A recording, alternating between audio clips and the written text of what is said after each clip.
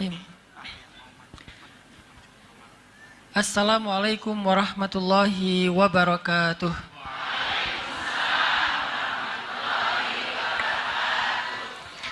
Alhamdulillahi rabbil alamin.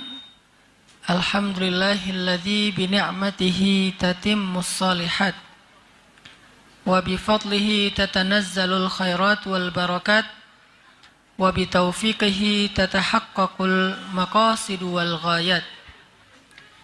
Asyhadu an la ilaha illallah wahdahu la syarikalah wa asyhadu anna Muhammadan abduhu wa rasuluhu la nabiyya ba'dah. Allahumma salli wa sallim wa barik ala sayyidina wa habibina wa nabiyyina Muhammad wa ala alihi wa ashabihi ajma'in. Rabbi syrah li sadri wa yassir li amri wahlul 'uqdatan min lisani yafqahu qawli. Yang kita muliakan dan kita hormati ibunda kita, Bunda Sinta Chandra Sakura. Yang mana ya? Oh, ada di ya. Wah, atas ya, masih ada tamu. Kemudian Bapak Fauzi Yunianto, owner dari Brownies Cinta. Kemudian Ibunda Sari, owner dari Hotel Taman Sari ini. Terima kasih, semoga setiap kebaikan yang kita dapatin sore hari ini akan mengalir pahala kepada setiap fasilitator kita. Ada juga di sini sahabat saya, Ustadz Irfan dari Solo, dari Wonosobo, yang sengaja datang untuk silaturahim, dan khususnya kepada seluruh peserta kajian muslimah Majelis Taklim Azkadina ya, Masya Allah, semoga spirit perempuan, spirit ibu-ibu, spirit cewek-cewek, kalau di NU itu ada muslimah, ada fatayat. Kalau bahasa saya ibu-ibu dan cewek-cewek. Karena cewek itu masih muda. Kalau ibu-ibu sudah dewasa. Bukan tua, dewasa. Muda lawannya dewasa, bukan tua. Jadi spiritnya tetap muda terus. Dan biasanya segala sesuatu itu kalau udah campur tangan ibu-ibu itu udah beres. Banyak hal kalau perempuan udah ikut campur tangan bukan jadi rumit, malah jadi mudah. Dan memang perempuan itu lebih kuat daripada laki-laki. Laki-laki itu kalau disuruh ngasuh anak sejam aja itu udah ngeluh ya. Dia ngomongnya saya capek kerja segala macam. Seolah-olah pekerjaannya di luar rumah itu lebih berat daripada tugas istri di rumah. Coba suruh balik. Perempuan sanggup kok kerja seharian di luar rumah. Tapi laki-laki nggak sanggup ngasuh anak walaupun cuman setengah hari di rumah. Pasti ngeluh tuh. Suruh gendong anak tuh. Gendong pakai 2 tangan, padahal tenaganya lebih kuat daripada perempuan. Tapi dia ngeluh. Sementara perempuan menggendongnya di dalam rahim, sampai nyesek, sampai susah berdiri, sakit tulang punggung, susah duduk, susah tidur, susah berbaring. Tapi alhamdulillah anaknya banyak ya. Nggak pernah kapok. Anak 1 trauma, akhirnya nggak mau hamil lagi. Enggak tuh. Ini menunjukkan bahwa perempuan itu emang kayaknya lebih kuat daripada laki-laki. Kuat apanya? Bukan kuat fisiknya. Kalau fisiknya memang fitrahnya laki-laki lebih kuat daripada perempuan. Tapi apa yang menjadikan perempuan lebih tangguh daripada laki-laki? Kuat cintanya.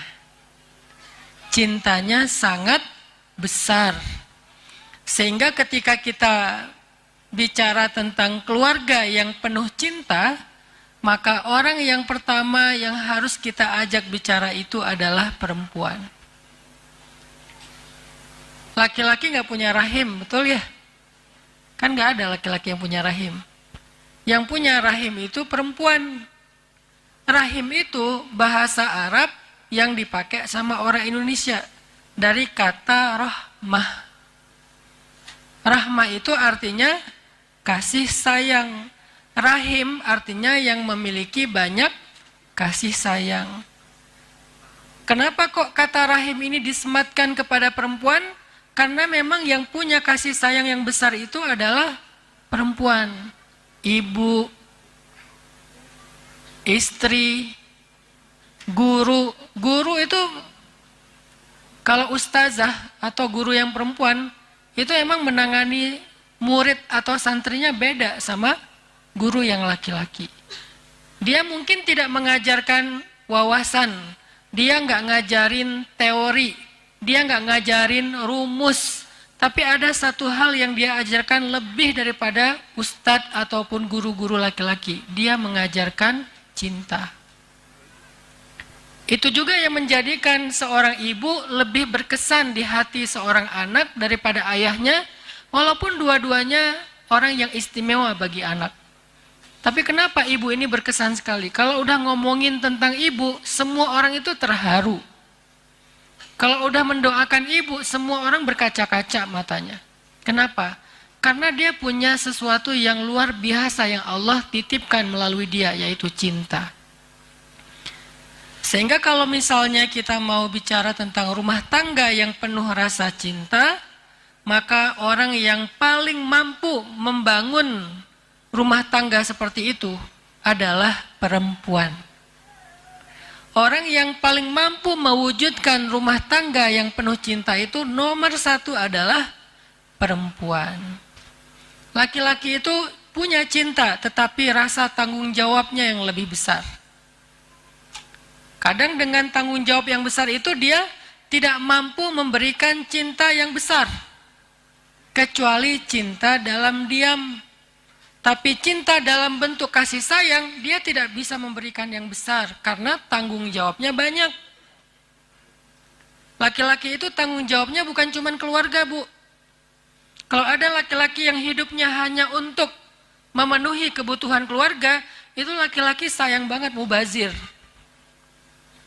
Karena laki-laki itu fitrahnya dia adalah rijal. Rijal itu kesatria, punya tanggung jawab umat selain tanggung jawab keluarga.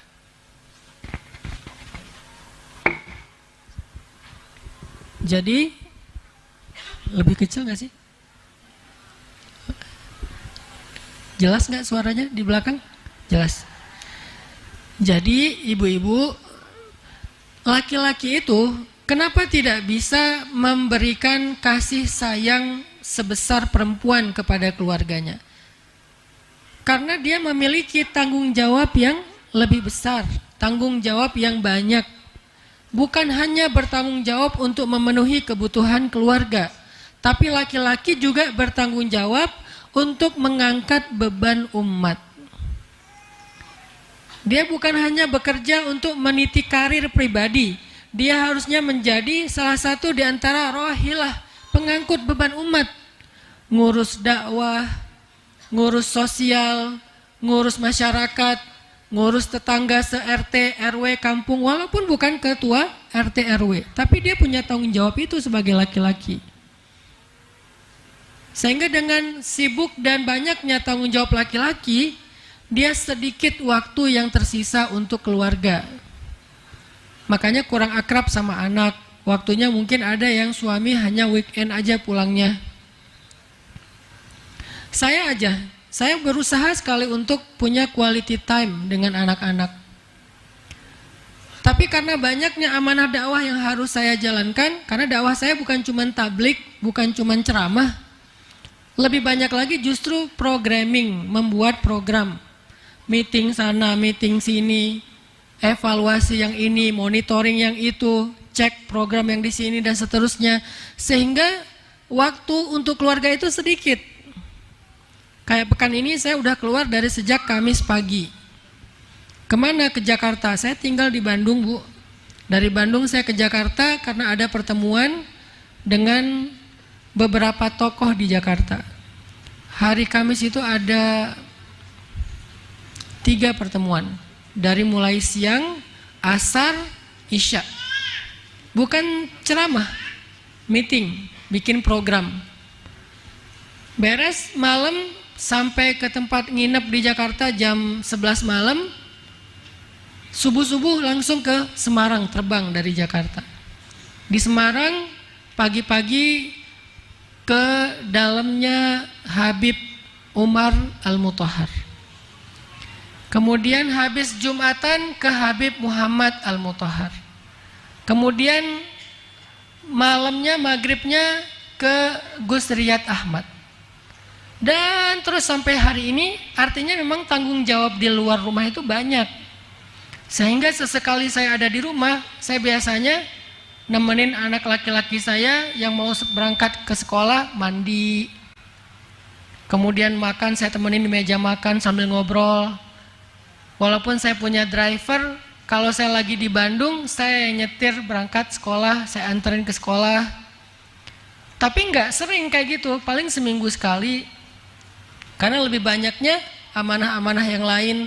Lalu siapa yang bisa memenuhi kebutuhan keluarga ketika seorang laki-laki tidak mampu memenuhinya? Perempuan. Siapa yang bisa mengisi ruang-ruang kosong di dalam relung hati anak-anak ketika dia merasakan kekosongan dari ayahnya? Perempuan, ibunya. Makanya perempuan ini adalah tonggaknya keluarga. Jadi kalau mau melihat peradaban satu umat, pertama lihatlah keluarga mereka. Jadi bukan masyarakat. Masyarakat itu adalah kolektifnya keluarga. Masyarakat terkecil dalam satu peradaban itu namanya al-usrah atau keluarga. Itu masyarakat terkecil dalam satu peradaban.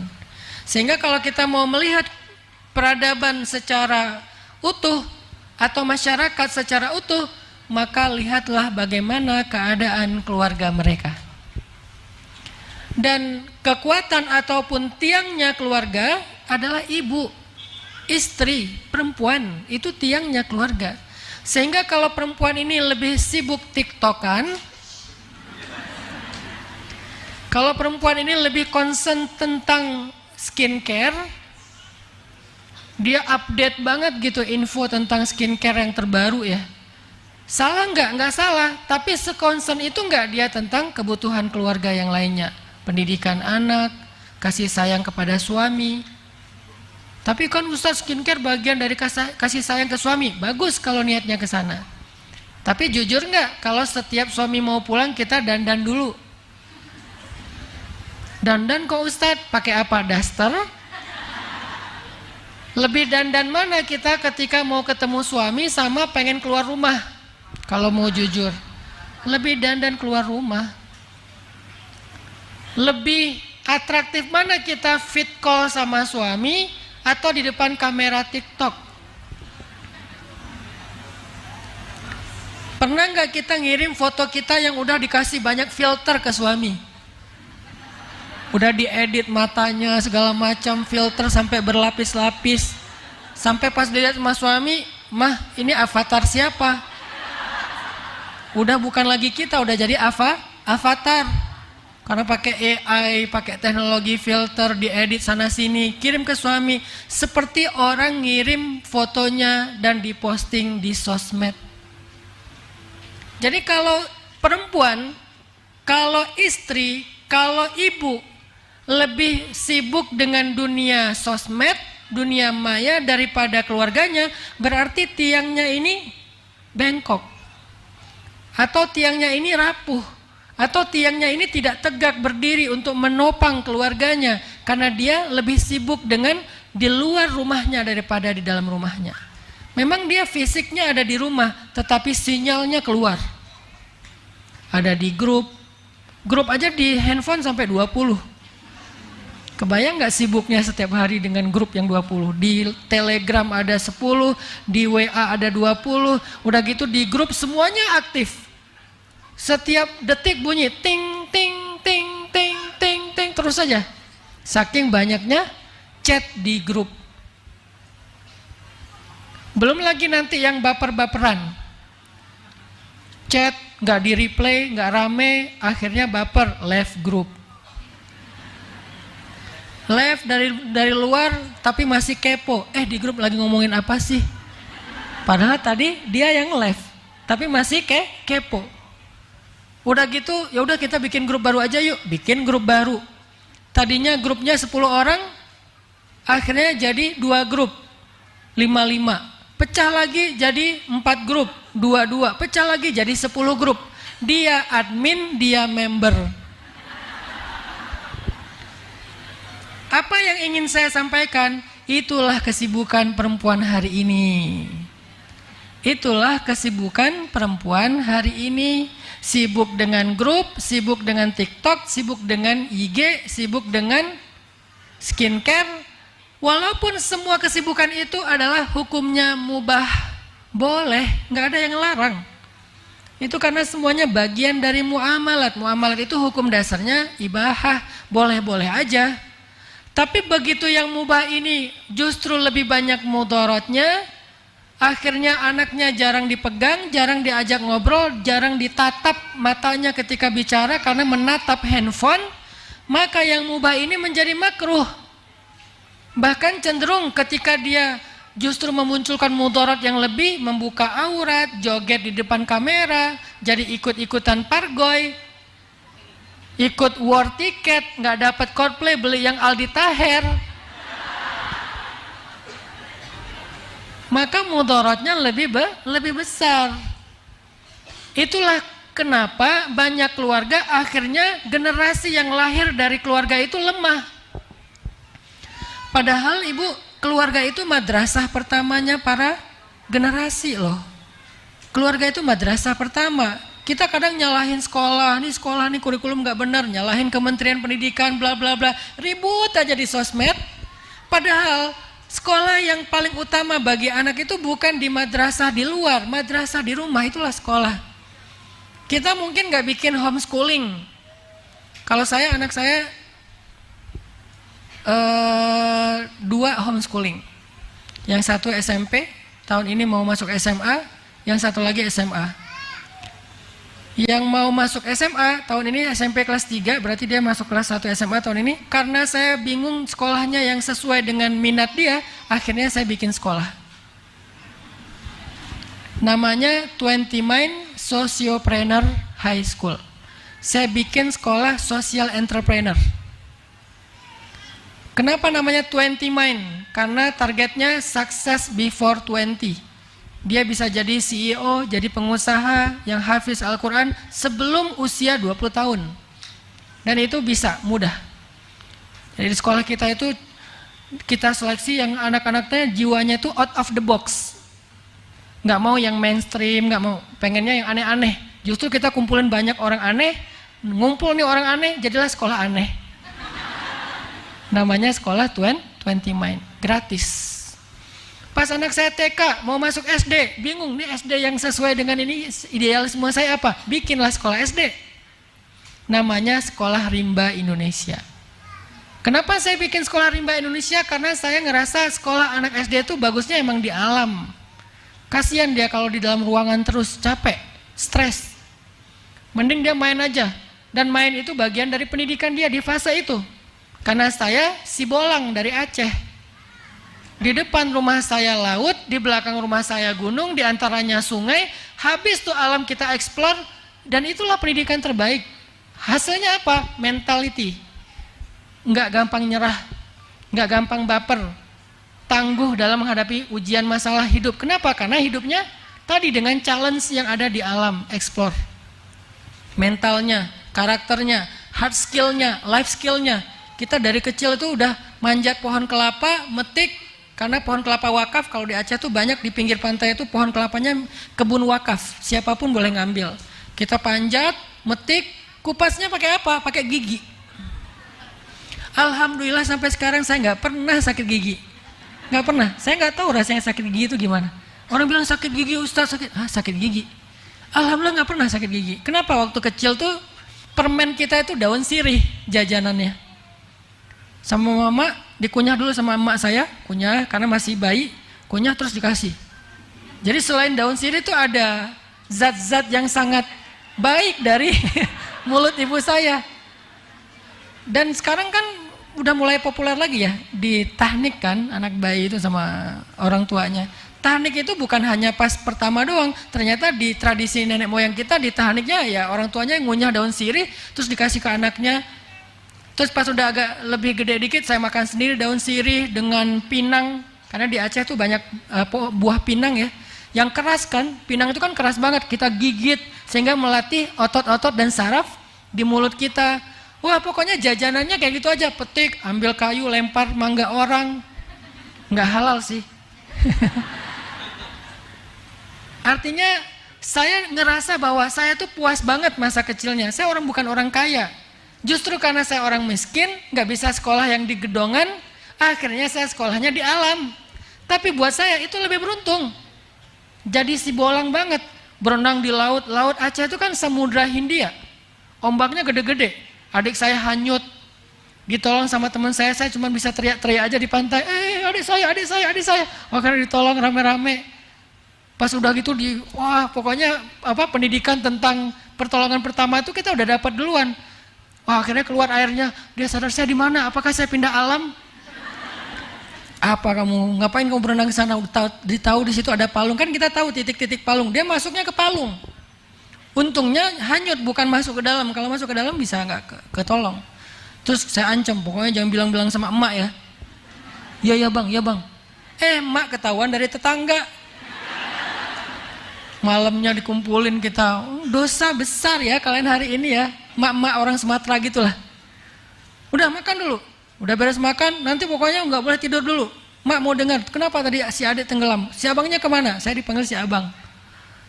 Ya dia tenggelam, terus si abang kenapa nggak nolongin adiknya? Jadi pada saat tenggelam mending salah satunya lah saya bilang. Mak mau kehilangan 2 anak. Pokoknya rame aja di rumah tuh. Walaupun kita suka rame, ngomongnya belak-belakan, namanya orang Sumatera, tapi nggak ada yang baperan, nggak hard feeling. Main sampai malam, sampai maghrib tuh. Biasanya pulang sekolah kan jam 1 siang pulang sekolah tuh. Lempar tas, buka baju, jadi kita langsung lari, nggak pakai baju, cuma pakai celana merah itu, celana SD. Main hujan segala macam, main cari kodok, lemparin temen, sampai bunyi kena badannya, gitu, kena kodok. Kalau udah maghrib nggak pulang, ibu datang bawa balok. Abang, kata ibu dari jauh, udah lupa di mana rumah? Ingat ma, ingat, gitu langsung balik. Kenapa kok bawa balok, kok ngeri banget? Nggak pernah kita dipukul, itu cuma gertak doang. Artinya saya pengen anak saya belajarnya kayak gini nih, belajarnya di alam, belajarnya bersama alam, mengikuti kurikulum alam. Apa kurikulum alam? Siklus. Akhirnya saya bikinlah sekolah rimba Indonesia. Belajar dari alam, bukan belajar di alam, tapi dari alam. Karena kita belajar kurikulumnya alam. Gratis. Saya nggak mau bikin sekolah yang mahal-mahal. Bikin sekolah gratis. 9 hektar kawasannya punya stable berkuda sendiri coba. Sekolah mana yang gratis punya stable berkuda? Punya kolam renang dari mata air yang jernih. Punya farming. Punya program living with the nature, gratis. Mau dia kaya, mau dia miskin, pokoknya gratis. Kok bisa Ustaz bikin kayak gitu? Karena saya pengen bikin tren sekolah gratis. Terus kalau sekolah gratis di mana? Di Bandung, bukan di Aceh. Kalau sekolahnya gratis, gurunya gimana? Gurunya nggak ada yang di bawah UMR, di atas UMR. Targetnya 3 kali lipat dari UMR, tapi sekarang belum bisa, baru ada yang 2 kali lipat UMR. Jadi bukan mentang-mentang anak-anaknya gratis, gurunya juga gratis. Enggak, gurunya kita kasih kemuliaan walaupun belum layak. Karena di atas UMR buat saya belum layak, minimal 3 kali lipat UMR, baru layak. Artinya apa? Artinya hari ini kita kalau berharap kepada pendidikan di luar aja nggak cukup, walaupun di luar udah bagus. Sekolah-sekolah unggul udah banyak. Ada satu yang nggak bisa diberikan di madrasah di luar, yaitu kasih sayang. Di mana dia dapatkan itu? Dan kasih sayang itu pendidikan, bukan sekedar semacam emosional, semacam perasaan. Enggak. Kasih sayang itu pendidikan penting. Orang kalau cukup kasih sayangnya, dia akan tumbuh dengan pertumbuhan yang sangat ideal. Kalau kurang kasih sayangnya, mau dia jadi profesor, tetap aja nggak ideal. Mau wawasannya, teorinya, kejeniusannya di atas rata-rata, kalau kurang kasih sayang justru bahaya. Tapi kalau orang cukup kasih sayang, pertama untuk dirinya dia cukup, kedua muncul empati kepada orang lain. Karena dia tahu, bahasa kasih sayang itu dia tahu. Sehingga muncul empati, muncul peduli, muncul care. Akhirnya dia jadi orang yang bermanfaat. Itu tuh bukan karena dia tahu teori, tapi dia ngerasain. Jadi sejak kapan untuk jadi orang bermanfaat itu harus punya gelar? Itu pendidikan sekuler itu. Untuk jadi orang bermanfaat, untuk jadi orang sukses harus punya gelar. Itu pendidikan sekuler. Tapi kalau gitu nggak penting gelar, penting. Tapi nggak ada yang lebih penting daripada kasih sayang yang membangun karakter dasarnya seseorang. Itu yang menentukan seseorang sukses apa enggak. Karena orang yang punya gelar tapi karakternya ngejengkelin, banyak orang yang nggak akan mau bekerja sama dengan dia. Dia akan jadi orang yang terasingkan, walaupun gelarnya tinggi. Karakternya nggak bagus, bikin orang ilfil. Dan itu banyak seperti itu juga. Gelarnya tinggi, ijazahnya luar biasa, ilmunya banyak. Tapi karena orangnya nggak bisa bergaul dengan bahasa kasih sayang, nggak humble, apapun yang dia lakukan itu nggak mendatangkan manfaat, malah mendatangkan mudarat. Jangankan di dunia karir, dalam dakwah sekalipun kayak gitu, ibu-ibu. Orang dakwah nih, ustadz, doktor, profesor, syekh, apa misalnya gelar apa akademik agamanya. Kalau akhlaknya nggak humble, dakwahnya nggak dengan kasih sayang, dakwahnya justru maki-maki orang, menjatuhkan orang lain, menghina orang lain, menyalah-nyalahkan orang lain, itu dakwahnya bukan malah menyambung ukhuwah, malah merusak ukhuwah. Akhirnya terjadi lagi keriuhan, terjadi lagi polemik di antara tubuh umat. Kenapa? Kayaknya karakter dan kurangnya kasih sayang dalam masa pertumbuhannya. Maka madrasah yang nomor satu terpenting bagi pertumbuhan seorang anak itu adalah keluarga. Dan keluarga itu murabbi atau mentor atau mursyid atau guru yang paling berpengaruh dalam pendidikan madrasah keluarga itu adalah ibu, istri, perempuan. Kalau orang tua, kalau ayah gimana? Kalau ayah itu kepala sekolah, dia nggak terjun langsung ke dalam pendidikan. Dia hanya memanage pendidikan, memprogram pendidikan, kepala sekolah. Sesekali doang dia ketemu sama muridnya. Tapi seringnya yang dailynya adalah ibu yang menjadi wali kelas guru bagi anak di dalam madrasah keluarga. Itulah kenapa ketika Allah mau ngasih kita contoh generasi yang baik, Allah nggak ngomongin sekolah, tapi Allah ngomongin keluarga. Siapa generasi terbaik itu? Sayyidah Maryam. Sayyidah Maryam itu seorang anak perempuan yang paling hebat, yang paling sempurna, yang pernah ada di muka bumi. 4 di antara perempuan sempurna. Ada Khadijah, ada Fatimah, ada Maryam, ada Asiyah. Ketika Allah bicara tentang pertumbuhan Maryam itu, Allah bicara apa? Allah bicara keluarga yang kita kenal dengan nama keluarga Imron. Jadi nama surat Ali Imron. Ternyata pertumbuhan Sayyidah Maryam itu karena dia tumbuh dari keluarga yang paling ideal, yaitu keluarga Imron. Fataqabbalaha rabbuha biqabulin hasanin wa ambataha nabatan hasana. Lalu Maryam tumbuh dengan pertumbuhan yang baik. Bagaimana Maryam tumbuh dengan pertumbuhan yang baik? Nomor 1, dia tumbuh dari keluarga yang baik. Keluarga Imron, ayah yang solih, ibu yang solihah. Kurang solihah apa istri Imron? Istri Imron itu adik kakak sama istri Nabi Zakaria. Kalau di kita itu kayak keluarga kiai. Kalau ini lebih tinggi, keluarga Nabi. Jadi terah keluarganya itu memang orang-orang baik semua. Sehingga istrinya Imron itu bisa dikatakan adalah iparnya Nabi Zakaria, karena adik kakak dengan istrinya Nabi Zakaria. Keluarga soleh-solehah semua. Atau kalau kita bicara tentang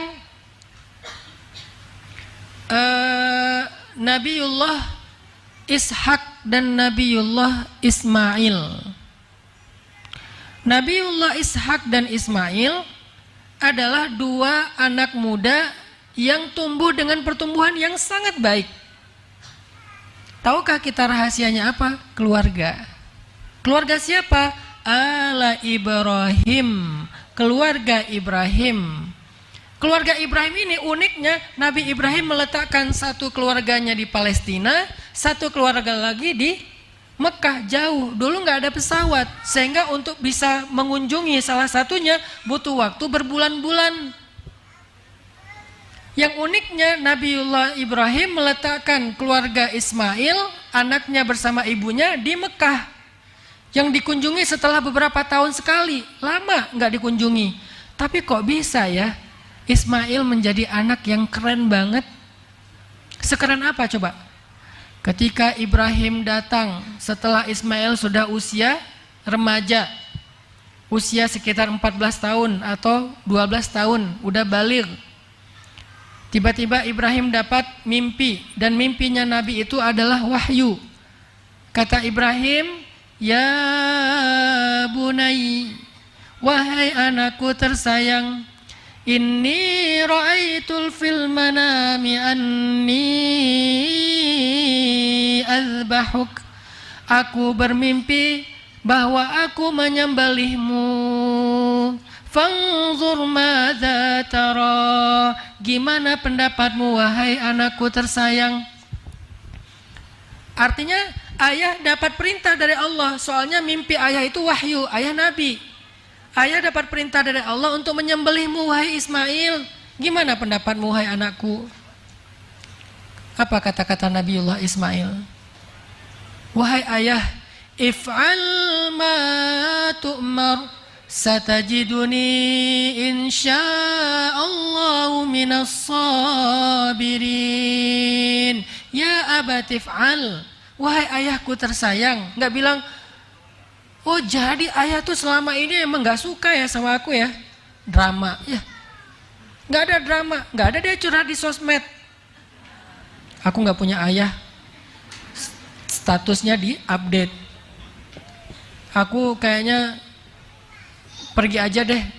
Dunia itu udah gak asik.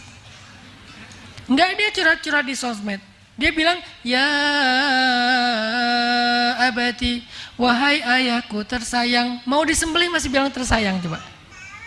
Padahal selama ini bertahun-tahun ayahnya nggak ada di dekat dia. Sekali-kalinya datang mau nyembelih, tapi masih bilang ya abati. Nggak bilang ayah tuh emang jahat banget ya, ninggalin saya, ninggalin ibu saya. Pokoknya saya nggak pernah menganggap lagi ada ayah. Saya nggak kenal sama Anda. Udah gitu datang setelah sekian tahun, sekarang mau nyembelih saya. Kok tega sih sama saya? Kok ayah, apalagi sih yang ayah pengenin dari kami? Nggak ada drama-drama Indosiar tuh, nggak ada. Terus jawabannya apa? Ya abati, wahai ayahku tersayang. If'al ma tu'mar, lakukanlah perintah Allah. Oh, ayah nggak usah khawatir, ayah jangan galau, itu perintah harus dilaksanakan. Satajiduni insya'allahu minas sabirin. Ayah nggak usah khawatirin aku. Ayah nggak usah pikirkan aku. Aku akan berusaha menjadi orang-orang yang sabar. Ayah jangan menentang Allah. Ayah jangan bermaksiat sama Allah. Ayah jangan abaikan perintah Allah. Lakukan, nggak apa-apa, nggak usah pikirin aku ayah. Pikirin aja perintah Allah, aku akan bersabar. Kok bisa anak kayak gini? Kok bisa ada anak umur 12 tahun udah bijak banget kayak Ismail? Kok bisa? Apakah itu hasil pendidikan ayahnya? Secara langsung enggak? Kalau secara enggak langsung ya. Kalau secara langsung enggak, karena ditinggalkan sekian tahun. Dia adalah hasil pendidikan Hajar, ibunya yang solehah. Gak pernah Ismail dendam sama ayahnya. Kenapa? Karena ibunya kalau ngomongin tentang Ibrahim di depan Ismail selalu membicarakan yang baik-baik, dan emang baik. Jadi seringkali clash antara anak sama ayahnya itu provokatornya tuh ibunya. Kamu jangan sampai kayak bapak kamu ya. Nah itu tuh kalimat yang sering anak-anaknya tuh didoktrin, jangan kayak bapak, jangan kayak bapak, jangan kayak bapak. Akhirnya yang dia bayangin bapaknya tuh monster. Nanti bapaknya balas, Mbak, kamu nanti kalau udah gede yang benar ya jadi perempuan, jangan kayak ibu kamu. Kayak ibu, kayak ibu, kayak ibu, kayak ibu. Akhirnya ibunya menjadi perempuan yang mengerikan di benak anaknya. Ini kerjaan dua orang tua ini. Sedangkan Sayyidah Hajar kalau bicara tentang Ibrahim di depan Ismail pasti yang baik-baik. Ayah kamu itu seorang nabi, dia itu Khalilullah, dia itu kekasih Allah, dia itu taat banget, dia itu soleh banget, dia bertanggung jawab, dia nggak ninggalin kita nak, jangan pernah kamu berpikir ayah ninggalin kita, itu perintah Allah, ayah tuh nggak tega aslinya, tapi ayah itu harus menjalankan amanah dari Allah. Karena dia seorang nabi, diceritain, dibela Ibrahim di depan Ismail. Sehingga yang terbayang tentang sosok ayah bagi Ismail adalah ayah yang ideal. Apakah kita membicarakan suami kita yang baik-baik di depan anak kita sehingga muncullah sosok ideal walaupun dia jarang ketemu dengan ayahnya? Itulah ibu, peran ibu kayak gitu emang. Jangan sampai dia berpikir gini, ayah nggak hadir pas aku ulang tahun. Sabar ya nak, ayah kamu memang kayak gitu. Kemarin aku tampil di sekolah, ayah juga nggak nonton. Ya ayah kamu tuh lebih memilih kliennya daripada kamu. Terus aku bikin raport, ayah juga nggak hadir ngambil raport aku. Ya itu, ayah kamu tuh memang kalau udah kerja lupa diri. Terus aja ngejelekin ayahnya, sehingga anaknya tuh punya banyak reason untuk membenci ayahnya. Harusnya kita yang memahamkan. Ayah tuh pengen datang banget, ayah tuh kemarin cerita kok sama mama pengen datang banget tapi nggak bisa mengelak, ini ada pertemuan penting. Mama tahu kok gimana ayah sama kamu, dia perhatian kok, dia nanya kok kemarin gimana tampilan kamu, ayah minta di videoin dan udah mama kirim ke ayah dan dia nonton, dia ketawa senang, ceritain yang baik-baik tentang ayahnya. Kalau dia nggak bisa hadir, maka hadirkan dalam rasa cinta. Itu peran perempuan yang penting banget tuh. Jangan kita baper kita dengan suami ditunjukin depan anak. Sebel kita kepada suami curhatnya ke anak. Mama kenapa nangis? Ya kenapa lagi masa kamu nanya? Memang ada yang bikin mama nangis di dunia ini selain bapak kamu? Ini akhirnya dia benci banget sama bapaknya. Ya emang fitrah laki-laki itu tanggung jawabnya besar, jarang di rumah, banyak amanah, sehingga nggak banyak waktu seperti perempuan. Maka tugas perempuan nge-backupnya, setelah nge-backup menceritakan figur ayah yang ideal kepada anaknya. Insya Allah juga laki-laki nanti di bab saya ceramah depan bapak-bapak juga kayak gitu. Kalau ngomongin kepada anak perempuan tentang ibunya, bicara yang baik-baik.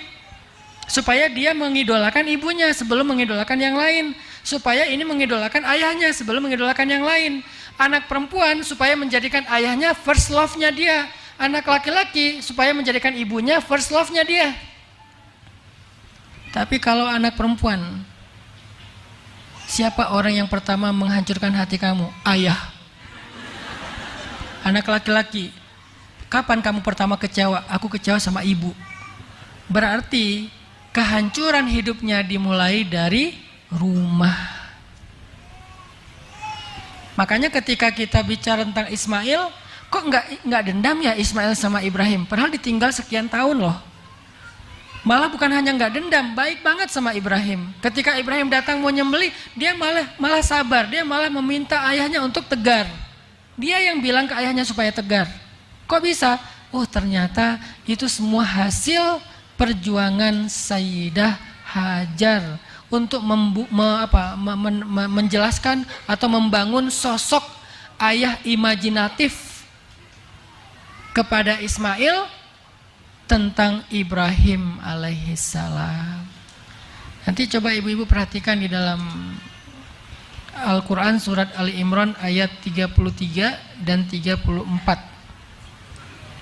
Surat Ali Imran, surat keluarga Imran ayat 33 dan 34. Allah berfirman, Bismillahirrahmanirrahim. Inna Allah astafa Adam wa Nuhan wa ala Ibrahim وآل إبراهيم وآل عمران على العالمين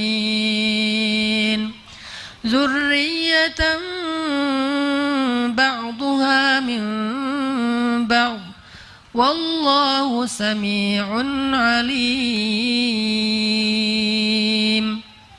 Sesungguhnya Allah telah memilih Adam dan Nuh dan keluarga Ibrahim serta keluarga Imran di atas semua manusia yang ada di muka bumi. Sebagian mereka adalah keluarga dari sebagian yang lain dan Allah Maha mendengar lagi Maha mengetahui. Itu yang saya sampaikan tadi. Ternyata ketika Allah bicara tentang generasi, baik generasinya Maryam, Isa dan seterusnya, maupun generasi Ismail, Ishak, Yakub, Yusuf, bahkan termasuk Yusuf juga di surat Yusuf, Allah nggak bicara tentang madrasah, Allah bicara tentang keluarga. Kenapa Yusuf bisa menjadi anak yang tangguh, anak yang sabar, anak yang rendah hati, anak yang ngalah, anak yang bahkan terhormat, terjaga dari fitnah perempuan? Kok bisa Yusuf begitu istimewa? Karena dia mendapatkan kasih sayang yang sangat besar dari ayahnya Yakub alaihissalam. Sayang banget Yakub sama Yusuf, sehingga Yusuf kalau ada apa-apa curhatnya ke ayahnya. Ya abati, wahai ayah, saya melihat di dalam mimpi ada bintang, bulan dan matahari sujud kepada saya. Itu artinya apa wahai ayah? Curhat ke ayahnya. Dan di situ ketika anaknya curhat, dia tuh lagi masuk kelas. Jangan berpikir, kok kamu nggak sekolah sekarang? Di sekolah rimba Indonesia, kita punya satu program namanya Sekolah Bersama Ayah. Itu sebetulnya program saya kalau lagi pengen liburan sih. Sekolah Bersama Ayah. Nah, saya yang bikin sekolah ya, jadi gampang ngatur kurikulumnya. Apakah sekolah ini Diknas, Ustadz? Diknas. Namanya itu PKBM, kayak homeschooling. 30%-nya Diknas, 70%-nya kita create sendiri. Nanti ijazahnya resmi kok dari Diknas. Kita punya program namanya Sekolah Bersama Ayah. Ngapain? Anak itu nanti akan diajak oleh ayahnya atau diajak oleh ibunya untuk belajar bersama orang tua. Kadang diajarin tentang profesi ayahnya. Karena saya seorang konten kreator, karena saya seorang influencer, saya seorang selebgram, akhirnya saya ngajak Yahya, kemarin pas lagi ada kesempatan jalan ke Jepang, saya ngajarin Yahya cara ngevlog. Bang, nih bang cara ngambil angle bang, nih bang cara ngedit bang, nih bang cara bikin reportase. Akhirnya dia bikin vlog yang ketika pulang dari Jepang, sebetulnya saya yang ngedit sih. Dia cuman belajar aja jadi kayak mentinya saya. Semuanya saya ngambil video, saya yang ngebrief dia, bang ngomong gini bang, oh nggak gitu bang, ulang lagi bang. Sampai 3, 4, 5 kali ngetek, dia sabar. Lalu saya edit, selesai itu dia presentasi. Belajar public speaking, dia presentasi di depan keluarga dulu di rumah. Udah beres di keluarga, latihan, nanti presentasi di depan guru dan teman-temannya.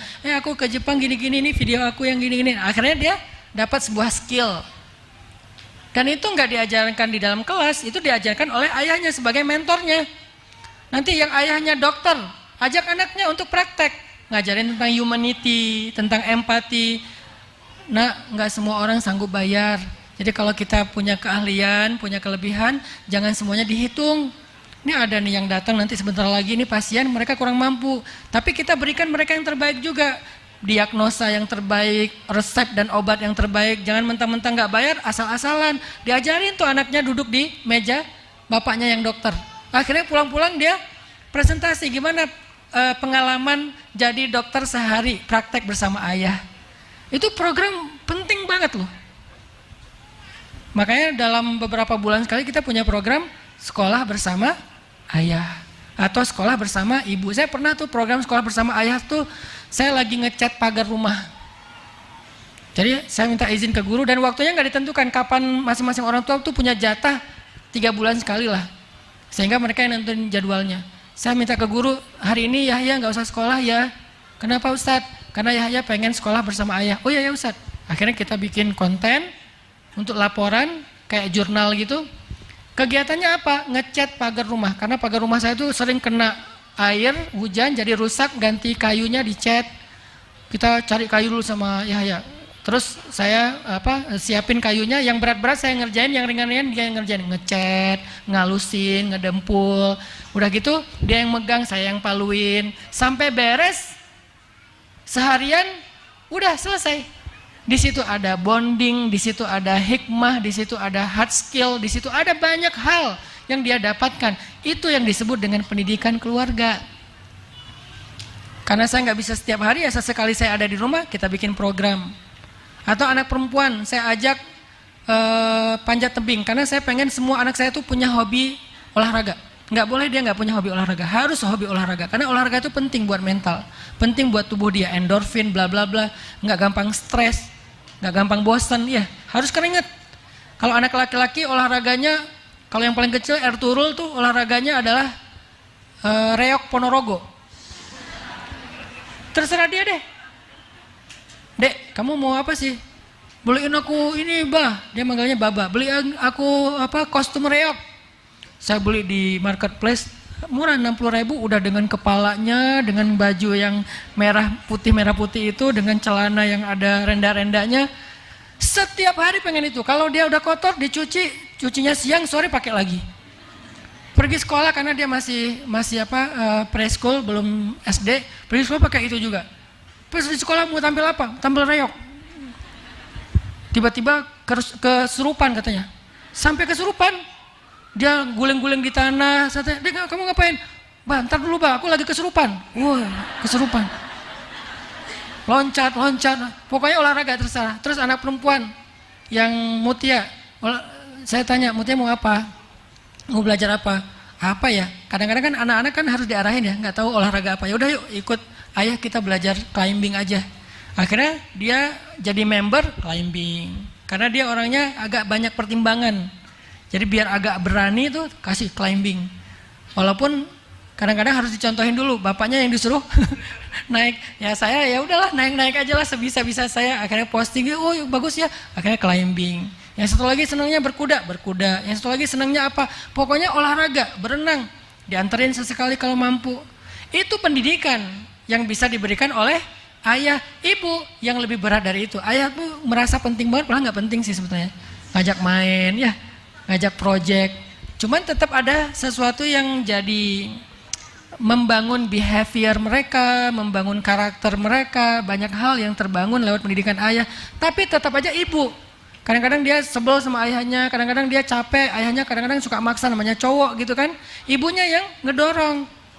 "Ayo kamu bisa nak," dan seterusnya. Bukan, "Mas udah atau Mas, kasihan anaknya, jangan malah berdebat depan." Akhirnya yang satu belain anak, yang satu malah semangatin anak. Akhirnya tarik-tarikan anak, anaknya stres.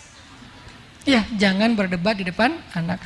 Maka ketika Allah bicara peradaban, Allah bicara tentang anak, bicara tentang generasi, ternyata Allah bicara tentang keluarga. Yakub, Zakaria, siapa lagi? Imran, Ibrahim, semua bicara peradaban dan masyarakat, generasi-generasi terbaik, selalu yang dibahas itu keluarga, ayahnya, ibunya, ibunya.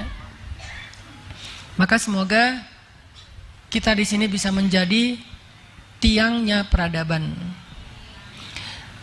Yang kedua, yang terakhir adalah lalu bagaimana antara kita dengan pasangan.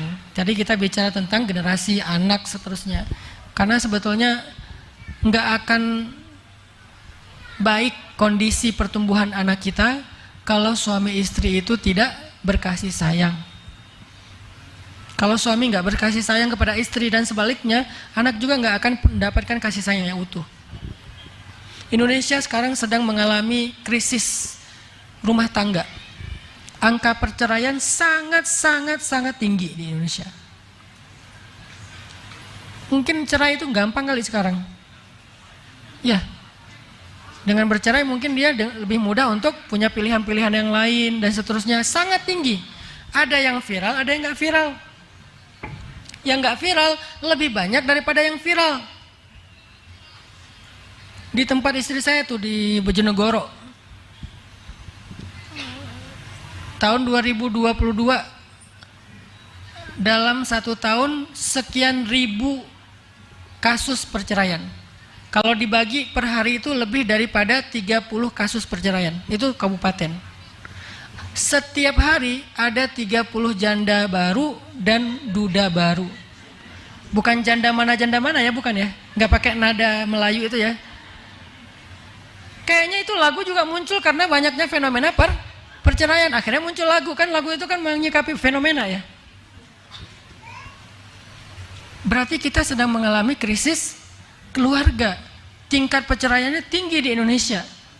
Dan makin kesini tuh makin nambah, makin tinggi, bukan makin turun, makin tinggi. Lalu dengan kondisi seperti ini, gimana kita berharap anak akan mendapatkan cinta yang utuh, kemudian tumbuh dengan pertumbuhan yang baik? Sulit. Walaupun bukan berarti nggak mungkin.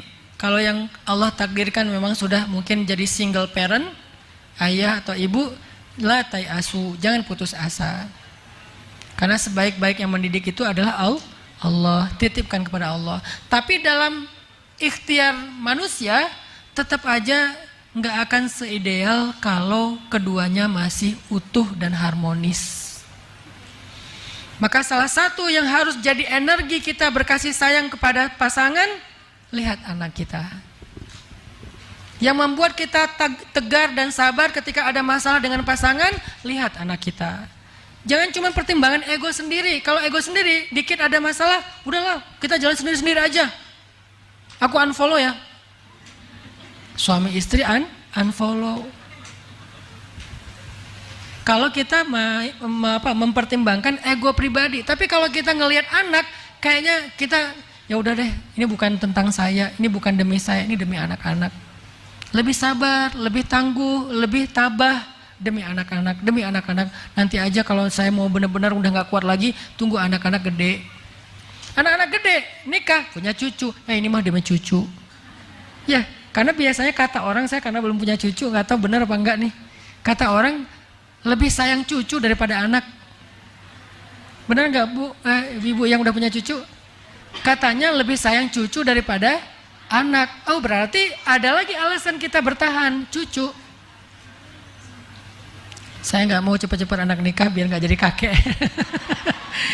Kata Aisyah, "Bah, aku boleh nggak nikah habis lulus SMA?" Berarti tahun depan dong Kak. Jangan dong. Terus Bapak dipanggilnya apa dong? Abah. Abah Hanan gitu kan. Nggak mau nanti aja kamu nikahnya umur 40 tahun. Itu bercandaan kami di rumah. Kita kan suka gojlok-gojlokan aja di rumah. Artinya harus cari alasan kenapa kita bertahan. Dan salah satu alasan itu anak. Kasihan loh anak-anak itu kalau orang tuanya terlalu egois mempertahankan nyaman dan gak nyamannya. Hidup kalau cari nyaman emang gak ada nyamannya. Emangnya setelah sendiri kita jadi lebih nyaman? Enggak juga. Tapi minimal kita gak disakiti Ustadz. Gak disakiti oleh dia, disakiti oleh yang lain. Atau minimal disakiti oleh keadaan di mana kita semakin sulit karena sendiri. Bertahan deh, usahakan bertahan. Kecuali benar-benar udah nggak bisa lagi, itu udah benar-benar nggak ada alasan lagi untuk kita bertahan. Tapi kalau masih bisa bertahan. Dan jangan berputus asa terhadap keajaiban. Bisa aja dia berubah kok. Bukankah hati manusia itu Allah yang bolak-balikkan? Berarti tirakatnya kuatin lagi, puasanya kencengin lagi, tahajudnya kencengin lagi, berangkat umroh. Saya tahun kemarin 2022 akhir sampai 2023 itu kayaknya rekor saya umroh paling sering, 2 bulan sekali umroh. Kenapa? Saya lagi punya hajat. Ustadz kok tega banget sih? Bukan itu hajatnya. Ada usah mau kawin lagi kok umroh sampai 3 kali. Bukan, hajat saya hajat dakwah. Saya merasa butuh lebih banyak support dakwah untuk anak muda. Butuh orang yang bisa membantu saya dalam dakwah dan menangani anak muda. Saya nggak doain yang lain-lain di dalam raudhah. Saya cuma doa ini. Ya Allah, beri saya petunjuk dalam dakwah.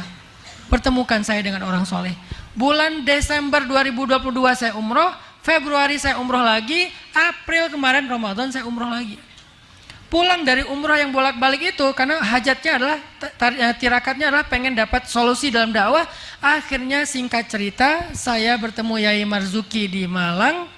Kemudian saya menjadi murid beliau. Kemudian saya bergabung dalam Madrasah Nahdlatul Ulama. Akhirnya Allah banyak mudahkan jalan-jalan dakwah. Itu hajatnya. Jadi kalau kita punya hajat jangan putus asa. tirakatnya kencengin. Kenapa kita berputus asa dari keajaiban yang ada di sisi Allah? Suami saya kayaknya Ustaz udah nggak mungkin lagi berubah. Emang suami kita Fir'aun? Kan bukan Fir'aun. Orang Asia aja sabar dengan Fir'aun. Sementara suami kita bukan Fir'aun. Mas Fir, bukan Fir'aun, Firman. Namanya Firman, bukan Fir'aun.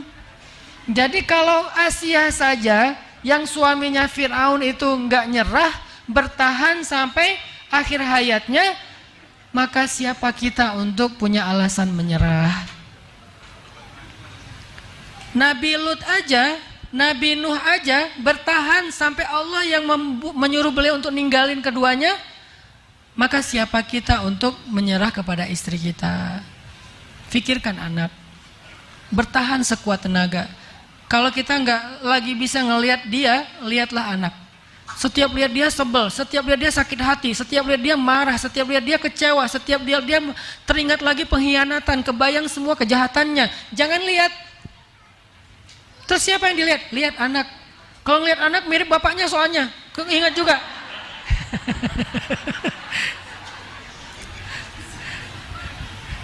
Ya, pokoknya anaknya itu 11-12 sama bapaknya. Ya wajahnya, ya gayanya. Jadi sebel saya, ya udah lihat anak yang nomor 2.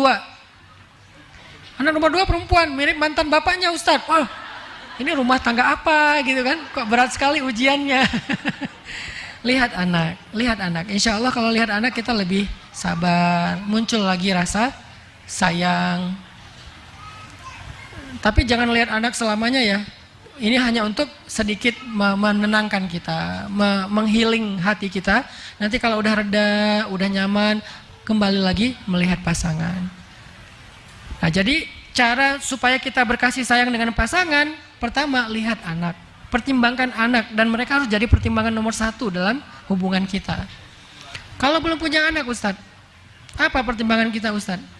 Bagaimana kita berkasih sayang dengan pasangan Ustadz? Berkasih sayanglah dengan fondasi iman, bukan emosi. Karena cinta bisa spiritnya iman, bisa spiritnya perasaan. Cinta itu kan sebuah perasaan ya. Bisa muncul karena ego atau emosional, bisa muncul karena iman. Dua-duanya cinta. Cinta karena iman, cinta karena emosi. Kalau cinta karena emosi itu sangat rapuh banget. Cemburu dikit rame, kecewa dikit rame, kurang dikit apa yang diharapkan rame. Kita WA lama dibaca rame, udah dibaca tapi nggak dibales rame, udah dibales typing tapi nggak jadi ngirim rame. Dia online beberapa kali tapi kok nggak pernah ngechat kita rame.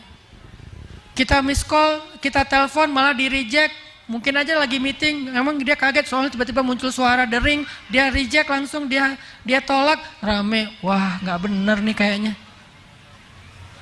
Sering pulang malam rame, istrinya di rumah tidur duluan, suaminya rame. Istrinya di rumah kadang-kadang masaknya nggak enak, suaminya rame, dan seterusnya. Kalau hanya tentang diri kita, perasaan kita, itu cinta itu rapuh banget. Walaupun sensasional, tapi rapuh. Terus cinta itu dibangunnya dengan apa Ustadz? Dengan iman. Gimana membangun cinta dengan iman? Saya mencintai dia karena Allah. Allah yang nyuruh saya mencintai dia. Allah yang nyuruh saya untuk berkasih sayang kepada dia. Sehingga cinta saya kepada dia adalah ibadah. Bukan sekedar seru-seruan, tapi ibadah. Allah yang nyuruh saya mencintai dia. Semakin cinta, semakin bertambah pahala. Sehingga kalau kita mencintai seseorang, mencintai pasangan kita karena iman, karena Allah, nanti ketika ada masalah, kita yang kita pegang itu Allah, bukan orangnya. Ketika ada masalah, kita kembalinya kepada Allah. Gimana cara ketika ada masalah kembali kepada Allah? Kalau kita saling mencintai karena Allah, Bu, biasanya masalah itu muncul gara-gara hubungan kita dengan Allah itu renggang. Biasanya kayak gitu. Kalau kita mencintai pasangan karena emosi, biasanya masalahnya tuh gara-gara ego. Kalau masalahnya gara-gara ego, susah nyari jalan temunya, sama-sama ego, nggak mau mendekat. Tapi kalau mencintai karena Allah, kalau ada masalah, pasti penyebabnya kerenggangan hubungan kita dengan Allah.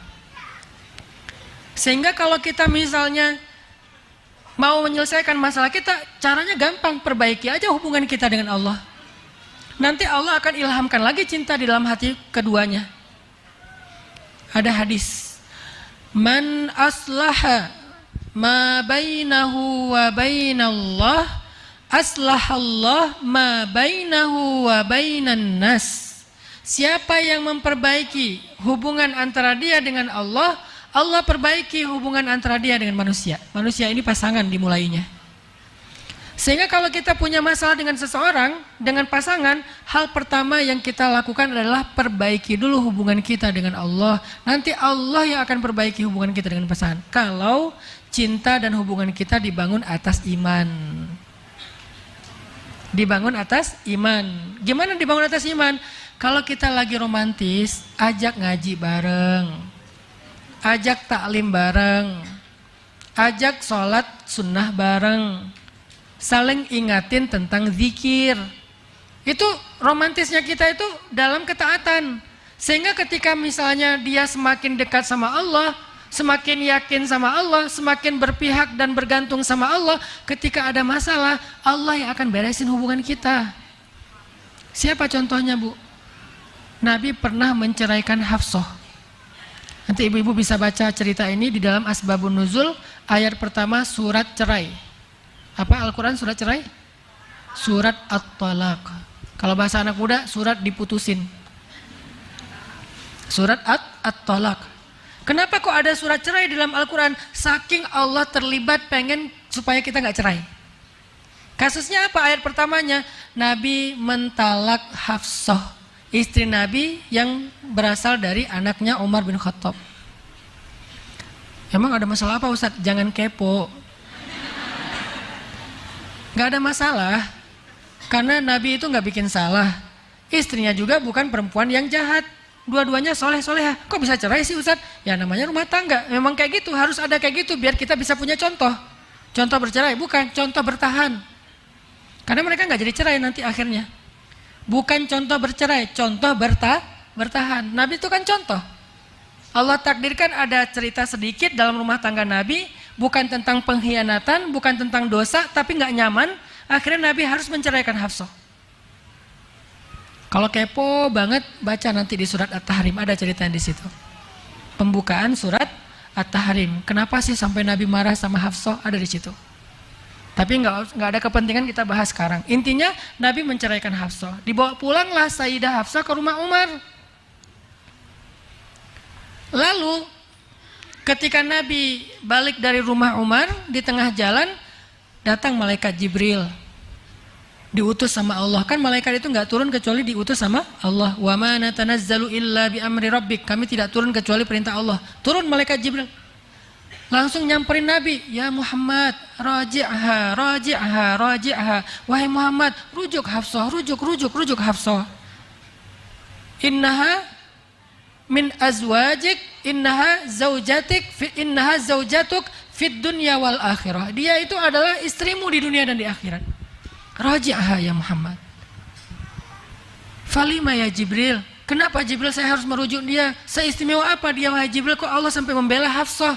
Bayangin, Nabi lagi ada masalah dengan Hafsah, dan Nabi itu kekasih Allah, laki-laki yang paling istimewa, sempurna. Allah cinta banget sama beliau, sampai Allah menggandeng namanya dengan nama Nabi, la ilaha illallah Muhammadur Rasulullah. Allah berselawat kepada Nabi, malaikat berselawat kepada Nabi. Tetapi kekasih Allah ini ketika punya masalah dengan istrinya, Allah membela istrinya.